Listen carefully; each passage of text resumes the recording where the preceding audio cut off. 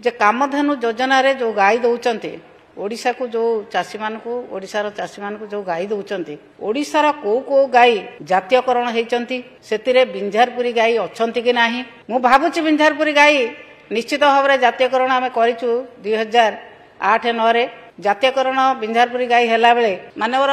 बाचस्पति महोदय जानते कारण सर्वदलीय मीटिंग रे मानवर मुख्यमंत्री महोदय कहते बिंझारपुरी गाई A2 क्षीर बहुत भल क्षीर A2 क्षीर रे चाह करके मुख्यमंत्री भल पाती पीवा मानवर बाचस्पति महोदय साक्षी अच्छा तेणु बिंझारपुरी गाई दवापाई चाषी मान को सरकार कौन कौन व्यवस्था कर बिंझारपुरी गाई न दि जाकि अन्य राज्य गाई कौन पाई अणा जाउची एवं जो चाषी माने अन्य राज्य गाई आणुचंती गाई आनिला बेले जेतिकी क्षीर दउची जदि 5 लिटर क्षीर दउची मासे परे 2 लिटर होउची एमिति मेडिसिन इंजेक्शन देकी से माने गाई बिक्री करचंती अन्य राज्य रे चाषीटी शोषणर शिकार होउची एतिरे बड़ दुर्नीतिर गंध बारी होउची आपण चाषी को पैसा दउनांती गाई किनिया पई आपण गोटे एजेंट माध्यम रे गाई किनिकी आणुचंती चाषी के आपण गाई दउचंती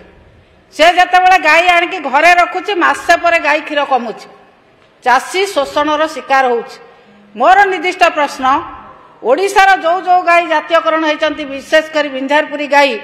आपण प्रत्येक चाषी को देबे कि ए देशी गाईर ब्रीड को अधिक